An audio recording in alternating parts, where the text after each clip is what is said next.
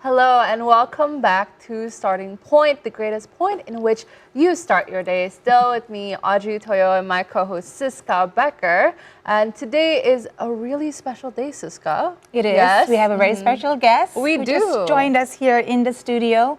Very happy to have Jessie Q. Sutanto, writer, novelist, who's going to talk about her book. But first, we're going to go to the next report, who actually talks about that book that we're going to dive right into later. So, Dial A for Aunties, a novel by Indonesian writer Jessie Q. Sutanto, has been adapted into a movie by Netflix exactly a week after the novel was published in 2020.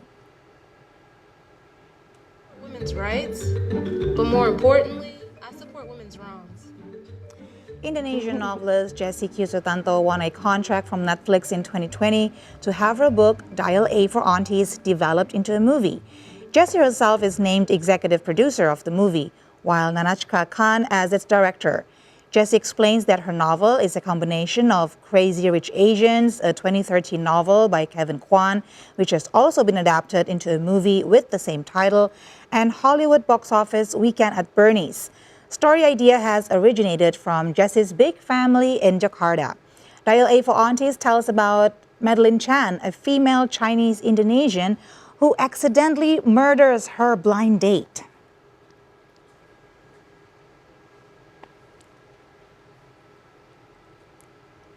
Okay, so that is a little bit of a preview, Siska. Yes, the very guest that intriguing.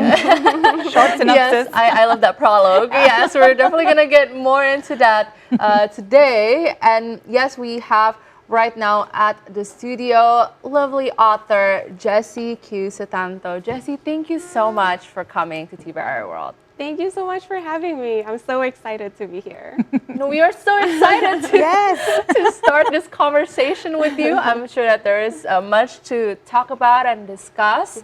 And congratulations, first of all, for your novel, Dial A for Aunties, being adapted into a Netflix series or movie. Yes. Thank you so much. Yeah, I'm very excited about it. It still feels really unreal. So, yeah. Okay, so maybe first you can tell us a little bit more about the book itself, Dial A for Aunties. Maybe you can give us like a brief synopsis, free of spoilers, of course. Yes. We don't want to give too much away. So, first of all, it was inspired by Tante Indonesia. Oh, I love that. And that's why it's Dial A for Aunties. Okay. And the story is about a young woman who goes out on a blind date and accidentally kills him, as you do. As it happens. Yes, as it Any happens. normal blind date, yeah. And then she has to get the help of her mom and her very meddlesome aunties to help get rid of the bodies. So it's a rom-com. There's a twist in it. Yes. Okay, so how did you get the inspiration of the story? So when my husband and I moved here from England, he was like, you need to write about your family, especially your aunties and uncles. Because it's been his first time experiencing the Indonesian big family exactly. way of life. Yes, exactly. Okay. And I was like, really? They're so boring. And then he was like, no, trust me, they are anything but boring. So, There's a lot to tell. Yes. I can attest to that. yes. Wow. Okay. So when it did get adapted by Netflix, how did you feel? What was your initial reactions to getting that news? So there was a lot of screaming. I'm sure. So it was a very crazy experience because this was in March 2020 during the pandemic. So we had just gone into quarantine. Okay. And the book was submitted to publishers. And then about a week later, my agent was like, oh my gosh, I keep getting calls from film agents wanting to read the book, wanting to represent it. Okay. So it all happened so fast. And then it went to producers. I had a lot of calls with producers. And after that, it went to auction with 4 different studios, and one of them was Netflix. I see. Yeah, so it was very exciting. I had a lot of calls during that time, and at the end of the day, it came down to Netflix and one other studio. Okay. And then finally, Netflix won it. So I was just like, oh my God. That is so amazing. Yeah. Wow. So you told us in the previous video that we showed our viewers that the story, the book, is heavily inspired by your own big family. How did they react when they found out that the book is being adapted to a Netflix movie?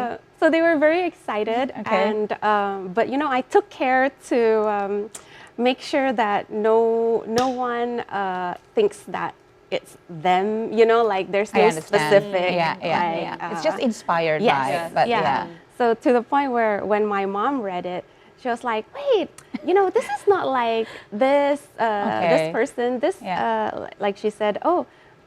Big aunt in the book. It's not like our big aunt. And I was like, no, because she's actually based on this other person. And then my mom was like, oh my God, she is so totally that person.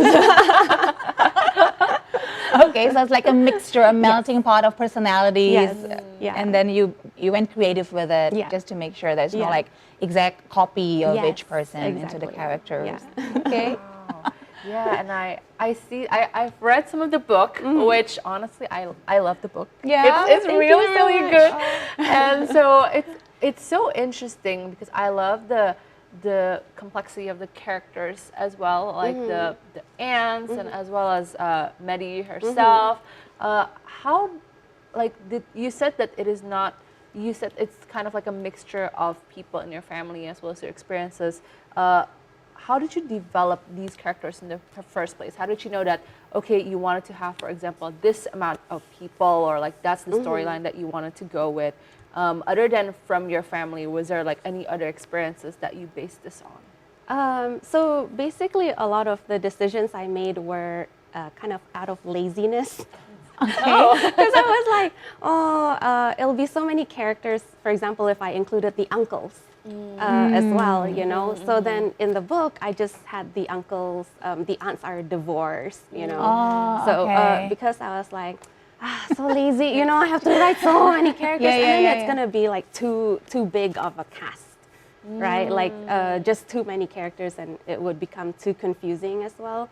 So like a lot of the decisions I made were, you know, I kind of had to think about like, oh, is it gonna be too confusing? Is it going to be too much, too hectic. So stuff like that. So it'll be interesting actually to have the international audience, international public to get a glimpse of how Indonesian family life is. Do you think that there's some similarities with all families' life? How do you think they could relate with all this fun that we have in Indonesia when it comes to family life? So since the release of Dial A for Aunties, I've received so many messages from people all over the world. Oh, that's nice. And it's so nice. It's like one of the highlights because I've received messages from Greek readers, from Nigerian readers, Pakistani readers, Filipino readers, and all of them are like, wait, how did you know this is exactly what my family is like? So, and apparently we're very similar to like the Greek aunties and all these aunties all over the world are a universal Yes. experience. Like cultures that appreciate family life must all relate, right?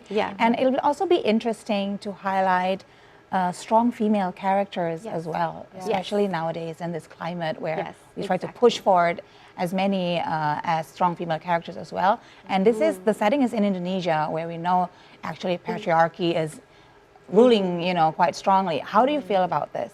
Oh, I mean, I feel very, very strongly about it, and even my husband knows, and I think he's become influenced by it. Because he's a feminist now. He is. Like he'll sometimes say things like, "Ugh, like why are boys like this?" You know, like, because he understands now what is it like from your point of view. Yes, especially because we have 2 daughters. So now he's like, Oh yes, it's so important to strive for equality and all that, and that's why I'm always killing men in my books. I mean, we're okay with that, right?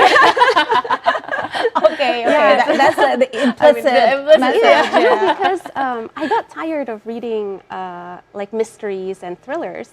Okay. Really, because all of them have women dying, you know, being killed, Being the victims. Yes, basically. being the Tropes, victims. I guess. Yeah. Yeah. And so, actually, one of my things as an author is I'm like, well, I want to treat men the way that women have always been treated in books as the victims. Yeah. So, Yeah. Okay, yeah. Yeah. Gender role swap. Yeah, I think they need that.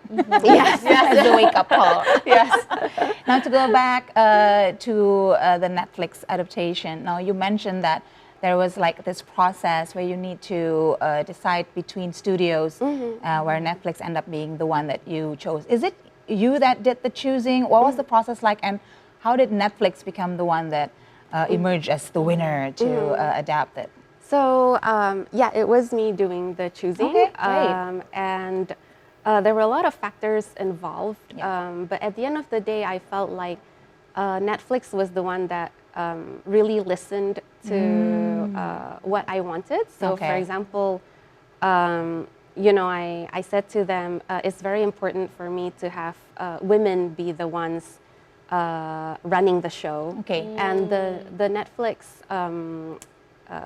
like the supervisor, I guess, who was overseeing this is a woman.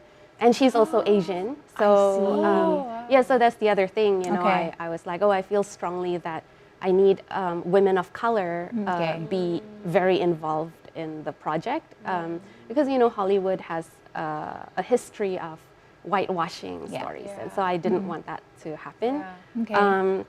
And then I also said to her, like, ooh, I also want, you know, a red carpet event. Like, I don't want to be watching it at my house and in my pajamas. Then she was like, okay, you know, what kind of, like, where do you want it? Do you want it in LA? You want it in Indonesia or Singapore? Then I asked my mom, like, and my mom was like, yeah, of course, in Indonesia, so all my friends can come, you know. All the other tante-tante. That's a valid response. Yeah, so then, and then I told Netflix, and they were like, okay, done, we'll have one in Indonesia. So, you know, they really listened to everything. They've been very accommodating to what you wish for the final product. Okay. Do you feel like have you always wanted to write these stories about underrepresented characters, especially like you say before women, and also in particular this one is Chinese Indonesian community, which I feel like from my own experience as well as a Chinese Indonesian and who loves reading books, like I don't see a lot of these representations on screen, first of all, or even in books. So the fact that this is what you're writing and it's going to also be on Netflix, I think that's such a big thing. Yeah, it is. It's a dream come true because so when I first started writing, maybe like 10 years ago, I was writing only white characters because that's what I thought everyone wanted to read about, right? And then there was a movement for diversity, but even then, you only see East Asian characters like Japanese, Chinese, or Korean. Or Korean, yes. It wasn't until Crazy Rich Asians came about that he really opened the door for Southeast Asians. So, you know, he really paved the way for us, I think. Yeah. Okay. We would love to continue the conversation. There's a lot more questions, especially about the adaptation that's coming up on Netflix. But first, we move on to the next report where we are very happy to tell you, actually, right now, there are 6 Indonesian movies based from novel. They're airing on Netflix. Let's take a look.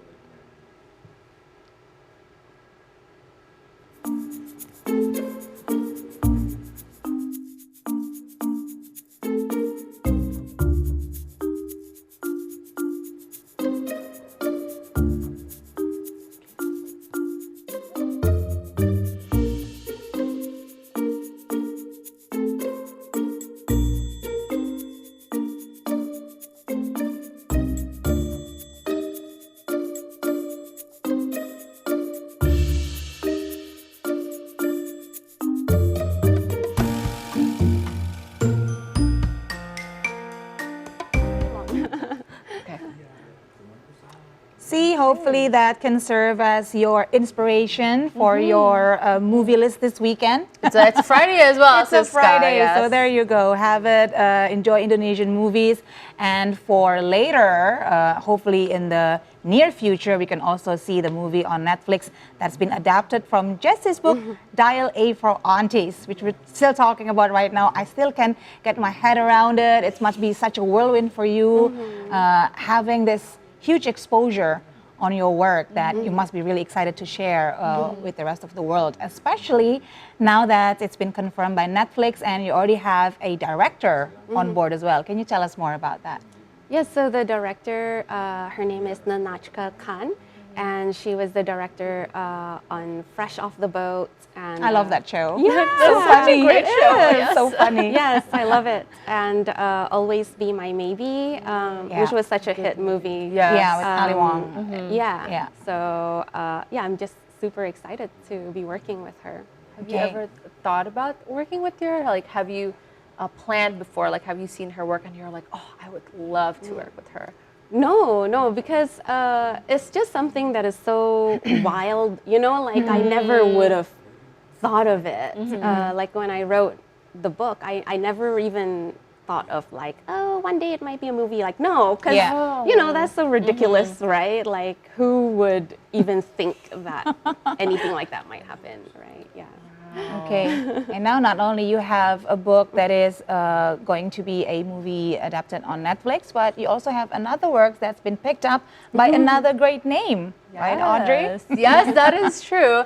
And your book, Vera Wong's Unsolicited Advice for Murderers, has also been picked up by Oprah's Harper, as well as Mindy Kling's production company. Oh my Yes. God! Wow, yes. Oprah. Yes, Oprah and Oprah Mindy and Kaling. You cannot get any bigger than Oprah. I mean, for women of our generation. Oh my It's God, like, right? How was Yeah. that like? I mean, how was your reaction when you heard? That was unreal. So I still remember it. We got the news that Oprah and Mindy Kaling have read it and are interested in bidding for it because we were on auction at the time. Okay. And it came in at around 6:30 in the morning. And I was preparing my daughter's lunchbox for school. And I can tell you that that lunchbox sucked. I think it had like rice, and then it had like biscuits, and then that was probably it. Because I was like, oh my god, and I was just like, okay, go to school, get out, so I can like focus on this. You're like, it's enough to sustain you. Yeah. Wow, that must have been such like a momentous experience as well. Of like, does it feel surreal? Like, have you like thought about this happening as well? Like, No, like definitely not Oprah and Mindy Kaling. You know, like when you think about, oh my gosh, what could be as exciting as Netflix deal? Yeah. Okay, well here it is. You know? well, here you go. There's another one. Wow. Yeah. So Netflix, Oprah, for sure this will shed a light actually, hopefully on more writers from Indonesia to get noticed. So. Yeah. Do you have that sentimentality as well for your fellow writers in Indonesia? Yes. We're also hoping very much that their work will get picked up by big names such as Netflix. Yeah, of course. So I guess I saw it happening first to Singaporean authors after Crazy Rich Asians. Yeah. You know, you see more and more Singaporean authors in the spotlight. Yeah.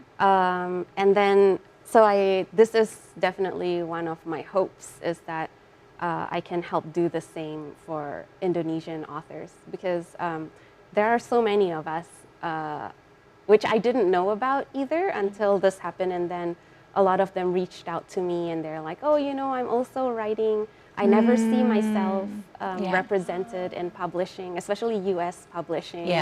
So it means a lot. And it means a lot to me too. And what is the development currently of this new production with Oprah as well as Mindy Kaling? Is it in the script writing process? Is it already in the shooting process? Can you tell us more about that? So that happened very recently. It happened very early this year, I think. Wow. And then not long after, there was the screenwriters strike that is still currently ongoing right now. Yeah, so I think everyone has to pause because they're supporting the screenwriters. Yeah. So all productions are mostly pause for this. Hopefully they can soon settle on a good deal. on a good deal that's beneficial for everybody, because the landscape is completely different nowadays with streaming and everything. So I think they need to figure stuff out to make sure everybody feels included. Yes. Exactly. So what's next, Jessie, for you? What's next in the horizon? What do you have in plan? Well, I'm just writing a lot. I think my main strength as a writer is that I write very fast because I have no chill. I love that though. Yes.